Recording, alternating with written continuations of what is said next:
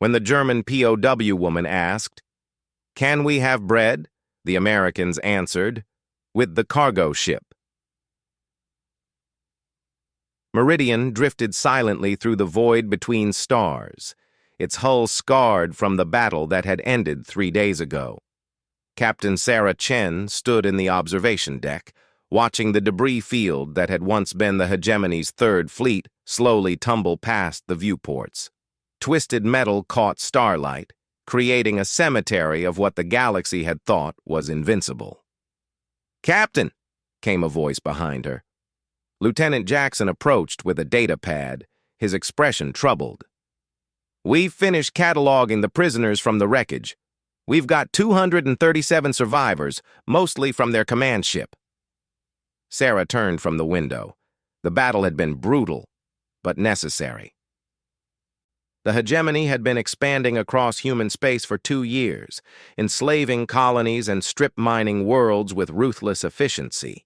Their technology was superior, their ships faster, their weapons more powerful. By every measure, humanity should have lost this war in the first month. "Any injuries among the prisoners?" she asked, taking the data pad. "Some, but nothing our medical bay can't handle. There's something else, though." Jackson hesitated. "Their commanding officer is asking to speak with you. Says it's important."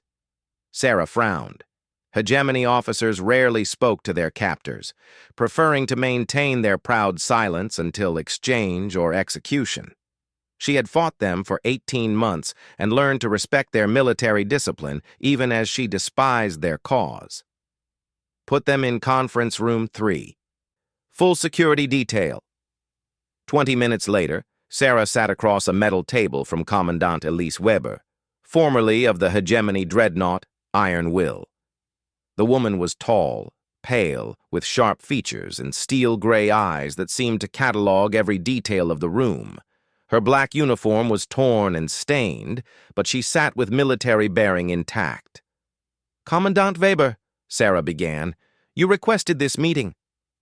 "Indeed." Weber's English carried a slight accent, crisp and precise. "I wish to discuss terms for my crew. The Geneva Convention applies to all prisoners, Commandant. Your people will be treated according to interstellar law." Weber studied her for a long moment. "Your medical staff has been adequate. Your guards professional.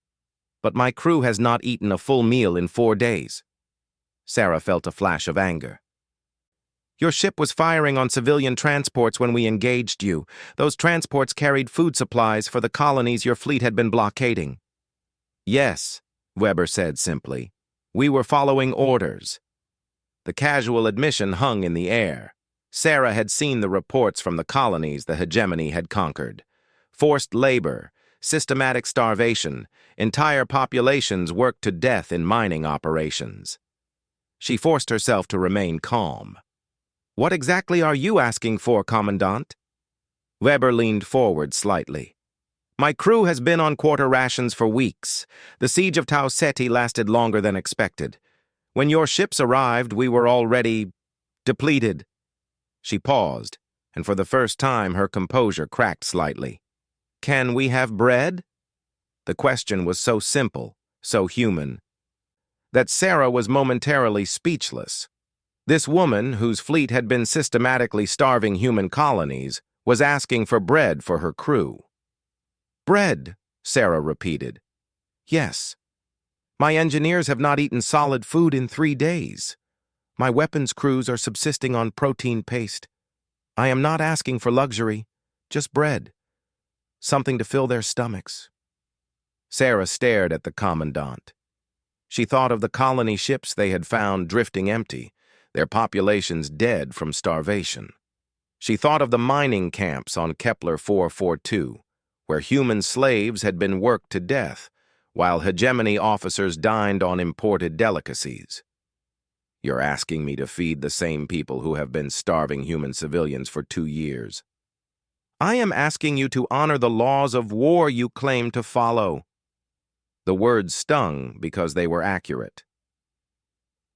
Sarah had built her reputation on following international law, even when the enemy did not.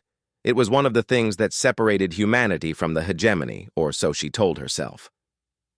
"I'll have food sent to your sections," Sarah said finally. Weber nodded. "I thank you, Captain. My crew will remember this kindness." As the guards escorted Weber back to the prison sections, Sarah remained seated, staring at the conference table. Something about the conversation nagged at her. Weber had asked for bread specifically, not just food. There was something deliberately symbolic about the request. She called up the personnel files on her datapad. Commandant Elise Weber, age 34, born on the hegemony world of New Brandenburg. Graduated top of her class from the Imperial Naval Academy. Specialized in siege warfare and orbital bombardment. Her record was impressive and terrifying in equal measure. But there was something else in the file that caught her attention. Weber had requested transfer to frontline combat duty 3 times in the past year, each time being denied and kept in siege operations. Her psychological evaluations noted decreased enthusiasm for current assignment and questioning of tactical efficiency. Sarah closed the file and walked to the nearest viewport. The debris field was still visible, chunks of the iron will spinning slowly in the darkness. Whatever Weber was planning, it would have to wait. They were still 6 days out from the nearest human station, and Sarah had bigger concerns than one hegemony commander's dinner requests. She made her way to the medical bay where Dr. Martinez was finishing his examination of the wounded prisoners. "How are they, Doc?" Martinez looked up from his charts. "Malnourished, most of them. Severely so in some cases. I'd guess they've been on starvation rations for months, not weeks like their commander claimed." "Interesting. Anything else?" "Yeah, some of the lower-ranking prisoners have been talking. Apparently there's been unrest in the hegemony fleet. Supply problems, morale issues. Word is that several commanders have been requesting transfers to avoid siege duty." Sarah felt pieces of a puzzle beginning to form.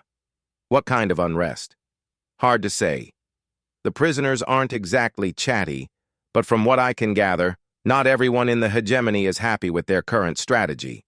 Starving civilians doesn't sit well with everyone, apparently. After leaving the medical bay, Sarah made her way to the prison sections. She wanted to see the hegemony crew for herself. The prisoners were housed in converted cargo bays with basic cots and sanitation facilities. As she walked past the cells, she observed the faces behind the energy barriers. They looked tired, worn down by more than just recent battle. These weren't the proud, fanatical soldiers she had expected to find. They looked like people who had been fighting a war they weren't sure they believed in. In one cell, she saw a young engineer, probably no older than 20, staring at his hands. In another, a group of weapons specialists sat in silence, not speaking to each other. The atmosphere felt wrong, not like captured soldiers, but like people who had been carrying a burden too heavy to bear. She found Weber in a single cell, sitting on her cot and reading from a small device. The commandant looked up as Sarah approached. "Captain, I did not expect another visit so soon. I wanted to check on your crew." Weber gestured to the cells around them. "As you can see, they are managing. Thank you for the food. It has improved morale considerably. Commandant, can I ask you something?" "Of course. Why did you ask for bread specifically?" Weber was quiet for a long moment. When she spoke, her voice was softer than before. "On New Brandenburg, my grandmother used to bake bread every morning. The smell would fill the entire house. It was comforting. When I was assigned to siege duty, I remembered that smell often." "Siege duty isn't what you expected?" Weber's laugh was bitter. "No, Captain. Starving civilians is not why I joined the Navy. I wanted to fight soldiers, not watch children waste away behind blockade lines." Sarah felt the pieces clicking into place. "How many others in your crew feel the same way?" "More than my superiors would be comfortable knowing." The conversation was interrupted by alarms blaring throughout the ship. Sarah's communicator crackled to life. Captain to the bridge immediately. We've got multiple hegemony ships dropping out of FTL. Sarah looked at Weber, who seemed genuinely surprised by the development. Rescue fleet? Not mine, Weber said firmly. My ship was operating independently. If they are here, it is for another purpose. Sarah ran to the bridge, her mind racing. As the elevator climbed through the ship's levels, she wondered if she had just been played by a very skilled enemy commander. The request for bread, the conversation about morale, Weber's apparent disillusionment with the war, it could all have been an elaborate deception designed to lower her guard. The bridge was a controlled chaos of activity when she arrived. Lieutenant Jackson met her at the elevator. 6 hegemony cruisers, Captain. They're broadcasting surrender codes. Sarah stared at the tactical display. 6 ships, each one capable of destroying the Meridian in a straight fight, were requesting permission to surrender. Verify those codes. Already did. They're authentic. Open a channel. The main screen flickered to life, showing the bridge of a hegemony cruiser. The commander was a middle-aged man with graying hair and tired eyes. He wore the uniform of a hegemony admiral. Human vessel, this is Admiral Klaus Brennan of the 5th Heavy Squadron. We are requesting permission to surrender our ships and crews to your forces. Sarah felt her world tilt slightly. Admiral, can you explain why 6 hegemony warships are surrendering to a single human cargo vessel? Brennan smiled grimly. Because, Captain, we have had enough of this war. We came here following Commandant Weber's beacon. She has been in communication with others in our fleet who share her perspective on current operations. Sarah turned to stare at Jackson, who was monitoring communications. Sir, we're getting similar surrender requests from ships throughout this sector. Initial count is 37 vessels. My God, Sarah whispered. Brennan continued. Commandant Weber's message was simple but powerful, Captain.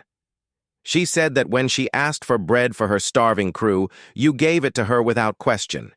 She said that you treated her people with more kindness than their own command had shown in months. Sometimes it takes something that simple to remind us what we are fighting for, and whether it is worth fighting for at all. Sarah felt the weight of history settling on her shoulders. A request for bread had just triggered the largest mass defection in galactic military history. She thought about Weber, sitting in her cell, probably knowing exactly what her simple request would set in motion. Admiral Brennan, prepare to transfer your crews to our ships.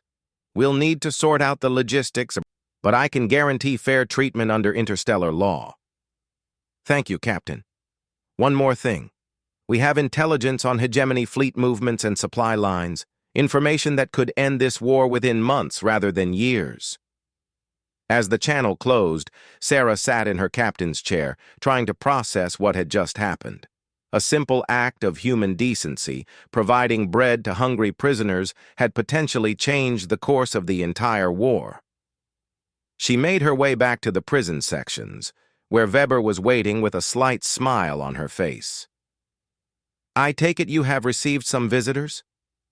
You planned this, Sarah said. I hoped for it. There is a difference. Weber stood up. Captain, may I ask you something now? Go ahead. When I asked for bread, did you consider refusing? Sarah thought about it. Yes. For about 30 seconds. What changed your mind? It was the right thing to do. That's what we tell ourselves separates us from you. Weber nodded slowly. Perhaps that separation is smaller than either of us realized. Perhaps that is why 37 ships are surrendering to you right now. As Sarah walked away, she realized that the war was about to change dramatically, not because of any grand strategy or technological breakthrough, but because someone had asked for bread and someone else had said yes. 3 weeks after the mass defection, the human fleet had grown from a handful of ships to nearly 200 vessels. Former hegemony crews worked alongside human personnel, sharing intelligence and planning operations that would have been impossible just a month before. The war that had seemed hopeless was now tilting in humanity's favor. Captain Sarah Chen stood in the command center of the newly established Station Hope, a converted hegemony command ship that now served as headquarters for the joint human defector fleet. The irony wasn't lost on her that she was planning the liberation of human colonies from inside what had once been the enemy's most advanced warship. "Captain," called Commander Torres, her chief intelligence officer, "we've got the final reports from the reconnaissance missions. All 3 target systems show the same pattern." Sarah walked over to the holographic display showing the hegemony-controlled systems. Red dots marked military installations, while blue indicated civilian populations. The pattern Torres mentioned was disturbing. The military installations were operating at full capacity, while civilian areas showed signs of severe resource depletion. "How bad is it?" Sarah asked. "Bad. Based on defector intelligence and our recon data, the hegemony is systematically stripping resources from conquered colonies to maintain their military operations. Food, medical supplies, even basic shelter materials are being diverted to military use." Admiral Brennan approached the display. Over the past weeks, he had proven invaluable in understanding hegemony strategy and weaknesses. "This matches what we observed during our service. The High Command believes that maintaining military strength justifies any civilian cost." Sarah studied the tactical situation. 3 systems, each with significant human populations under hegemony control. The conventional approach would be to attack the military installations first, but that could take weeks while civilians continued to suffer. "What's the military situation in these systems?" she asked. Torres highlighted the enemy positions. "Each system has a standard garrison fleet, 2 destroyers, 1 heavy cruiser, and orbital defense platforms. Nothing we can't handle with our current force." "Civilian populations?" "Approximately 2 million people across the 3 systems. Intelligence indicates they're on subsistence rations. Medical supplies are critically low. We estimate significant casualties if the situation continues for another month."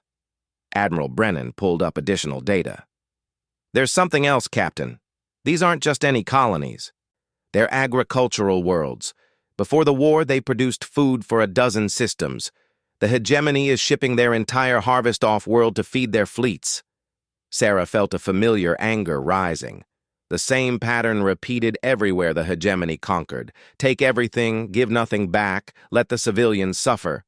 It was what had driven the mass defections, and it was what would ultimately destroy the hegemony from within. "Admiral, based on your experience, what would a conventional hegemony commander do in our situation?" "Strike the military targets first, secure space superiority, then negotiate civilian evacuation if politically necessary." Brennan's expression was grim. Civilian casualties would be considered acceptable losses. "And that's exactly what they'll expect us to do." Sarah turned to Torres. "What's our supply situation?" "Good. The defector ships brought significant provisions, and we've been receiving regular supply runs from human space. We could sustain current operations for months." An idea began forming in Sarah's mind. It was audacious, possibly insane, but it had worked once before. Sometimes the most powerful weapon wasn't guns or ships, but simple human decency. "I want to try something different. Instead of attacking military targets first, we're going to relieve the civilian populations." Torres looked confused. "Ma'am, the military installations will be able to interfere with any relief operations." "Not if we do this right." Sarah called up the system maps. "According to the intelligence, each world has the same setup. Military installations in orbit, civilian populations on the surface. The garrisons are there to maintain control, not to fight a major engagement." Admiral Brennan studied the plan taking shape. "You want to bypass the military and go straight to the civilians." "Exactly. We jump in system with our fastest ships, ignore the military installations completely, and start dropping supply pods to the civilian centers. Food, medical supplies, everything they need. The garrison fleets will attack us, Torres pointed out. Will they? Sarah looked at Brennan. Admiral, you know these commanders. If they see human ships dropping food to starving civilians, what's their most likely response? Brennan thought for a moment. Officially, they would be ordered to stop the relief operation by any means necessary. But, he paused.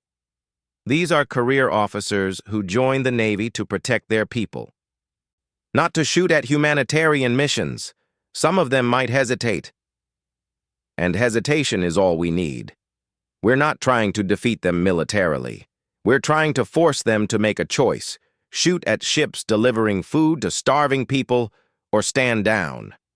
The plan crystallized over the next several hours. Fast ships would jump into each system simultaneously, loaded with emergency supplies. They would broadcast their humanitarian intent on all frequencies while beginning immediate relief operations. Combat ships would remain nearby, but would not engage unless attacked first.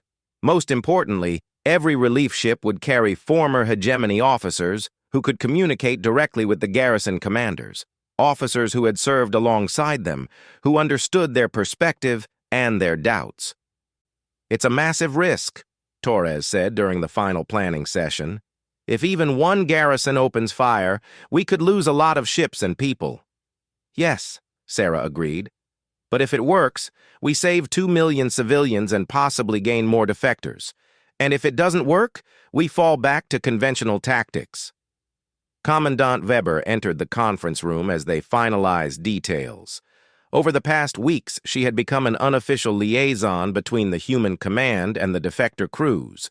Her insight into hegemony psychology had proven invaluable. Commandant, what's your assessment of the plan? Sarah asked. Weber studied the tactical displays. Risky but psychologically sound. Many hegemony officers are questioning their orders. Forcing them to choose between duty and conscience could create a crisis of confidence. You think it will work? I think it will work with some commanders and fail with others. The question is which response will dominate. Weber paused. May I make a suggestion? Go ahead. Let me lead one of the relief missions. When the garrison commander sees a former hegemony officer delivering food to civilians, it will create a powerful symbolic statement. Others have defected before them, and they can defect too. Sarah considered the proposal. Weber had proven trustworthy over the past weeks, but putting her in command of a human ship was still a significant risk. On the other hand, her presence could make the difference between success and disaster. You'll be in command of a human crew, Sarah said. Our people who have been fighting the hegemony for 2 years. Can you handle that dynamic? Captain, 3 weeks ago my crew was starving. Your people fed them without question. I think we can manage to work together to feed other starving people. The mission launched 18 hours later. 9 relief ships, each loaded with enough supplies to sustain a colony for weeks, jumped simultaneously into 3 different systems. Sarah commanded the operation from the Meridian, while Weber took the lead ship into the Kepler 438 system, where intelligence indicated the most severe civilian casualties. The initial jump went smoothly. All ships arrived in their target systems without incident and immediately began broadcasting humanitarian messages. The garrison fleets responded exactly as predicted: confusion, demands for identification, and urgent communications with higher command. All ships report successful arrival, Torres announced from the communication station. Beginning supply drops now. Sarah watched the tactical displays showing the 3 systems. In each one, small blue dots represented relief ships moving toward colonial settlements, while red dots showed garrison ships maintaining uncertain positions. The first test came in the Gliesa 667 system. The garrison commander, Captain Viktor Kozlov, had been a mid-level officer in the hegemony Navy for 15 years. According to the defector intelligence, he was competent but unimaginative, exactly the sort of officer who would follow orders without question. "Captain," came Weber's voice over the communications system. "I'm receiving a direct transmission from Captain Kozlov. Put it through." The screen showed the bridge of a hegemony destroyer. Captain Kozlov was a thin man with tired eyes and graying hair. Behind him, Sarah could see his crew working at their stations, but their movements seemed uncertain. "Commandant Weber," Kozlov said, his voice carefully neutral. "I received reports that you had been captured, yet here you are commanding a human ship." "Hello, Victor," Weber replied calmly. "I was captured. Then I was fed. Then I was given a choice. I chose to help feed other hungry people. You are committing treason against the hegemony." "Am I? Look at your screens, Victor. Look at what I'm doing. I'm dropping food and medical supplies to civilians who have been starving for months." "How is feeding hungry people treason?" There was a long pause. Sarah could see Kozlov's internal struggle playing out on his face. His duty was clear. Stop the enemy ships by any means necessary. But the enemy ships were delivering food to his own people. "My orders are to prevent any unauthorized vessels from approaching the colony." "Then give me authorization," Weber said simply. "You're the commanding officer in this system. Authorize the humanitarian mission and resume normal operations." Another pause. Sarah held her breath. Everything depended on how this first confrontation played out. If Kozlov opened fire, it would likely trigger shooting in the other systems as well. "Commandant," Kozlov said finally, "what assurances can you give that this is truly a humanitarian mission?" "You have my word as an officer and my promise that your people will be fed. What more assurance do you need?" The tactical display showed Kozlov's ships holding position, but not moving to intercept. Seconds stretched into minutes as Sarah waited for his decision. "This is Captain Kozlov to all ships," came his voice over the system-wide communications channel. "I am designating the approaching vessels as humanitarian relief ships.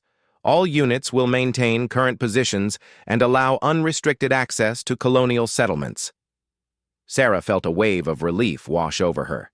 The first test had passed. Now they had to hope the other systems would follow suit. Reports came in from the other target systems over the next hour. In the Wolf 359 system, the garrison commander had initially moved to intercept, but stopped when former hegemony officers aboard the relief ships identified themselves. In the Ross 128 system, the commander had simply ordered his ships to stand down without explanation. "Supply drops proceeding as planned in all three systems," Torres reported. "Colonial authorities confirm receipt of food and medical supplies. No hostile actions from garrison fleets." But Sarah knew the real test was yet to come. The garrison commanders had made their immediate decision, but now they had to live with the consequences. Soon their superiors would demand explanations, and the commanders would face the same choice that had confronted Weber weeks earlier: follow orders that contradicted their conscience or take a stand. The answer came 6 hours later. Admiral Marcus Kellner, commander of the hegemony's 7th Defense Sector, arrived with a battle fleet of 12 ships. His reputation for ruthless efficiency was legendary, and his loyalty to the hegemony was unquestioned. "Unknown vessels," came Kellner's transmission. "You are in violation of hegemony space. Withdraw immediately or face the consequences."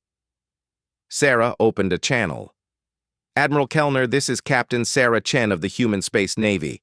We are conducting humanitarian relief operations for starving civilians. We have no hostile intent toward hegemony forces." "Captain Chen, you are operating enemy vessels in hegemony territory. That constitutes an act of war regardless of your stated intentions." "Admiral, we are delivering food and medical supplies to people who are dying." "Are you really going to open fire on humanitarian ships?" "I am going to restore order to this sector by eliminating hostile vessels." Kellner's fleet began moving toward the relief ships, weapons charging. Sarah faced the moment she had hoped to avoid, a choice between abandoning the civilians or risking a battle that could destroy everything they had accomplished. Then something unexpected happened. Captain Kozlov's voice cut across the communications channel. "Admiral Kellner, this is Captain Victor Kozlov. I formally request clarification of engagement rules regarding humanitarian vessels." "Captain Kozlov, you will stand aside while I deal with these invaders." "Sir, the vessels are clearly marked as humanitarian relief ships and are conducting medical and food distribution operations. Engaging them would violate several treaties regarding civilian protection." Other voices joined in. The commanders from the other two systems began asking similar questions about rules of engagement, civilian protection protocols, and the legality of attacking humanitarian missions. Admiral Kellner's response was sharp. "All units will follow my direct orders without question. Prepare to engage enemy vessels on my command." But instead of acknowledgement, silence filled the communications channel. Sarah watched the tactical display as the garrison fleets held position, neither moving to support Kellner nor opposing him, but clearly not following his orders either. "This is mutiny," Kellner declared. Captain Kozlov's response was calm and measured. "No, sir. This is conscience."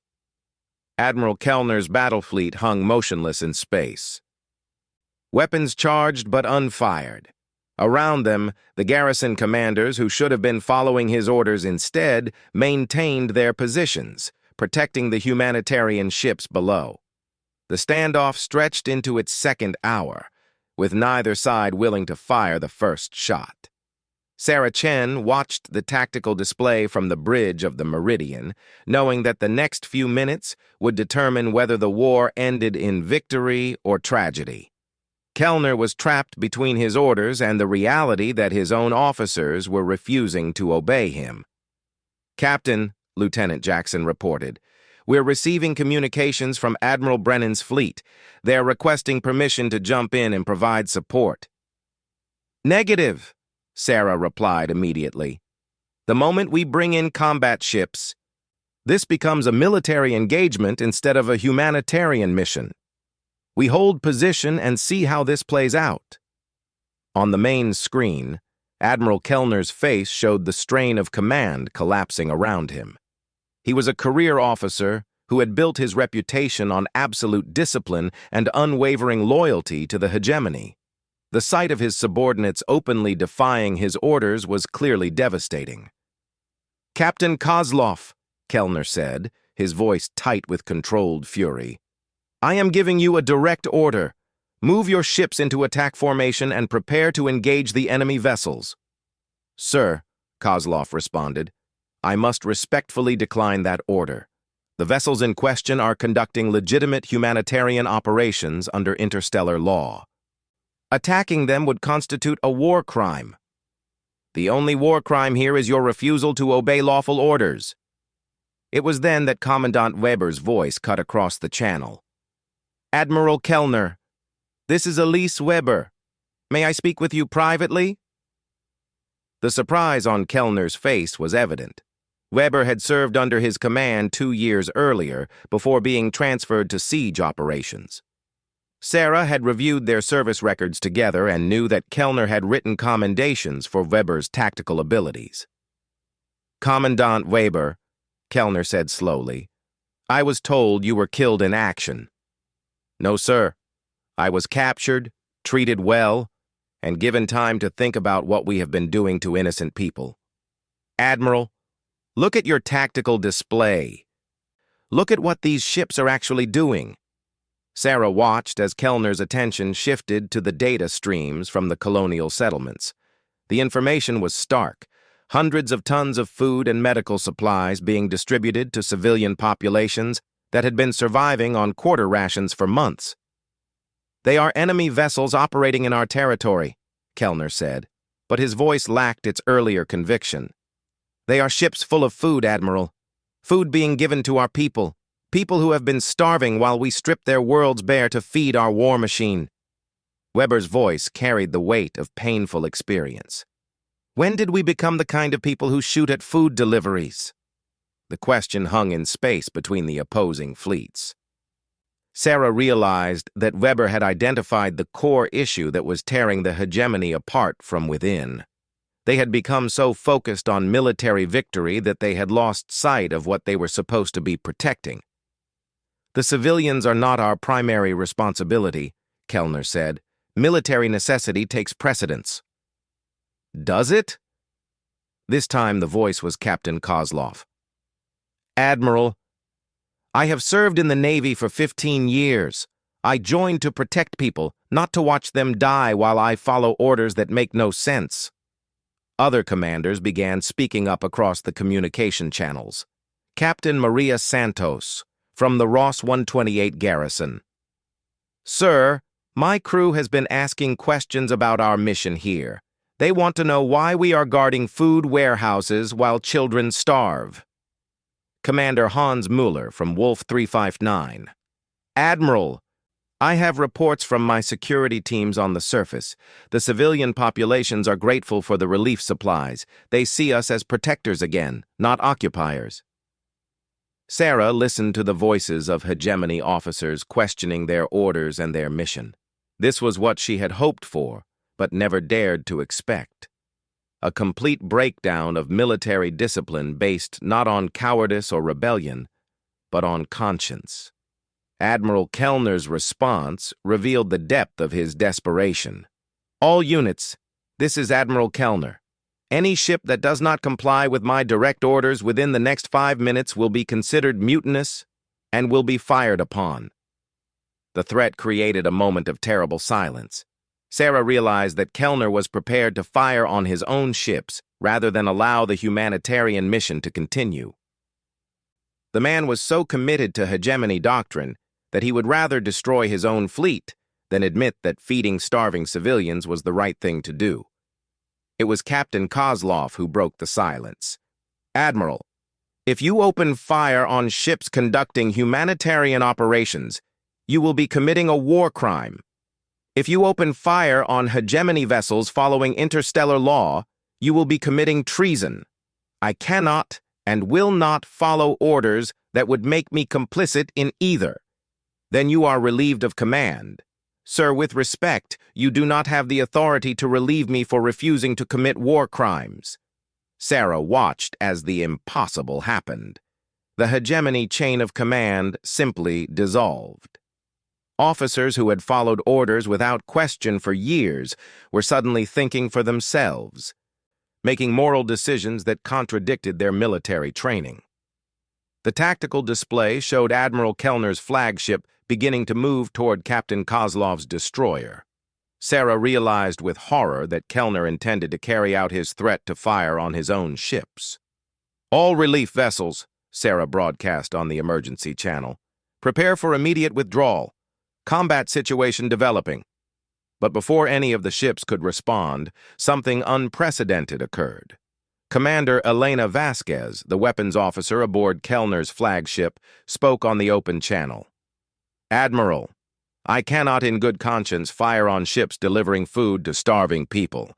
I am removing myself from weapons control." Similar declarations came from other members of Kellner's crew. The navigation officer, the tactical officer, even the Marine commander announced their refusal to participate in attacking humanitarian ships or loyal hegemony vessels. Admiral Kellner found himself commanding a ship whose crew would not follow his orders. The ultimate symbol of hegemony authority was powerless because his own people had chosen conscience over obedience. "This is mutiny," Kellner said, his voice barely above a whisper. "No, sir," Commander Vasquez replied. "This is humanity." The word hung in space like a challenge to everything the hegemony represented. Sarah realized that the war had just ended, not through military victory, but through the simple recognition that treating people humanely mattered more than following orders. Over the next several hours, the situation resolved itself with surprising speed. Admiral Kellner, faced with the complete breakdown of his command authority, agreed to transfer his ships to neutral status pending review by higher command.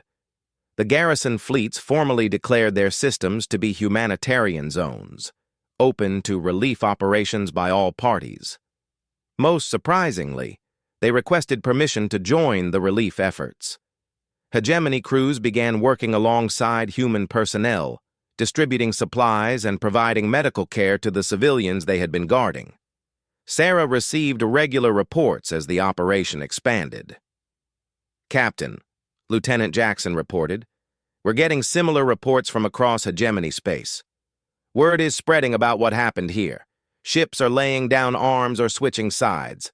Some sectors are declaring independence entirely." Admiral Brennan joined her on the bridge of the Meridian. "Captain, I've been receiving communications from former colleagues throughout the fleet.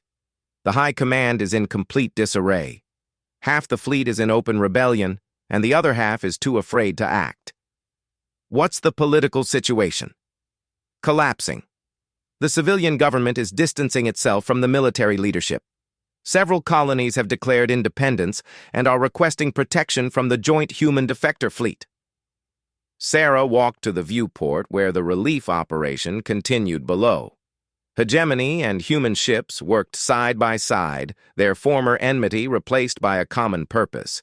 It was a scene she would never have imagined possible a month ago.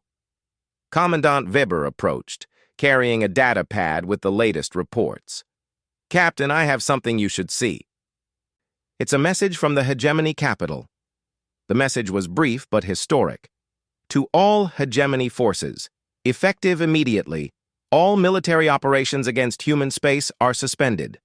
Fleet commanders are ordered to begin negotiations for a general ceasefire. The Hegemony Council recognizes that current military policies have become counterproductive and must be reconsidered." "They're surrendering?" Sarah asked. "Not exactly surrendering. More like admitting that their strategy has failed completely. When half your fleet defects because they disagree with your orders, you don't have much choice but to change those orders." Weber paused, then continued. "There's something else. The Council has issued a formal apology for civilian casualties and has authorized unlimited humanitarian aid to affected populations. They're also announcing investigations into the conduct of siege operations." Sarah felt the weight of history settling around her. A war that had seemed unwinnable had been won not through superior firepower or brilliant strategy, but through the simple act of feeding hungry people. "Commandant, can I ask you something?" "Of course." "When you first asked for bread, did you know this would happen?" Weber smiled. "I hoped that showing human decency might remind people of their own humanity. I never imagined it would end a war." "What's next for you and your people?" "That depends. The Joint Fleet will need experienced officers who understand both human and hegemony tactics. If you would have us, we would like to continue serving together. There is much work to be done rebuilding what we helped destroy." Over the following weeks, the transformation continued at an unprecedented pace. Former enemies worked together to establish refugee centers, rebuild damaged colonies, and create new systems of governance that respected both human and hegemony populations. The war crimes tribunals began 6 months later, but they were conducted jointly by both sides, with a focus on justice rather than revenge. Many former hegemony officers testified about orders they had questioned, but felt powerless to refuse until they saw that refusing was not only possible, but necessary. Admiral Kellner, interestingly, became one of the most effective advocates for military reform. His experience of watching his own command collapse due to moral objections led him to develop new training programs focused on ethical decision-making under pressure. Sarah Chen was promoted to admiral and placed in command of the Joint Peacekeeping Fleet. Her first official act was to establish the Weber Doctrine, named after the officer whose simple request for bread had changed everything. The doctrine stated that humanitarian concerns must take precedence over military objectives in all operations. The former Commandant Weber was offered a commission in the human fleet, but chose instead to establish a new organization dedicated to preventing future conflicts through cultural exchange and understanding.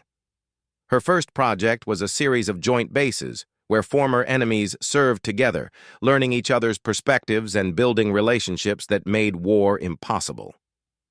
Years later, historians would debate the exact moment when the war ended.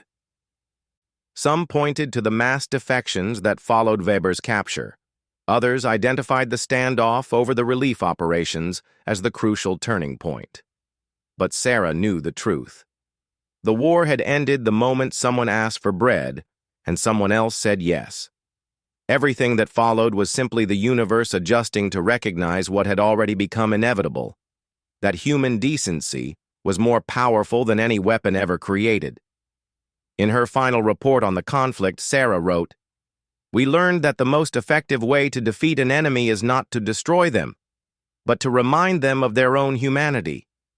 Once people remember that they are human first and soldiers second, peace becomes not just possible, but inevitable." The bread that Commandant Weber had requested became a symbol throughout both former territories. Bakeries in human space began producing a special loaf called Weber's Bread, with proceeds going to war orphans. Former hegemony worlds established festivals celebrating the end of hunger, where the highlight was always fresh bread shared freely among all peoples. And in the Joint Fleet's mess halls, where former enemies now served together, fresh bread was baked daily and shared without question, a reminder that sometimes the most powerful weapons are the simplest human gestures, asking for help when you need it and saying yes when someone else asks.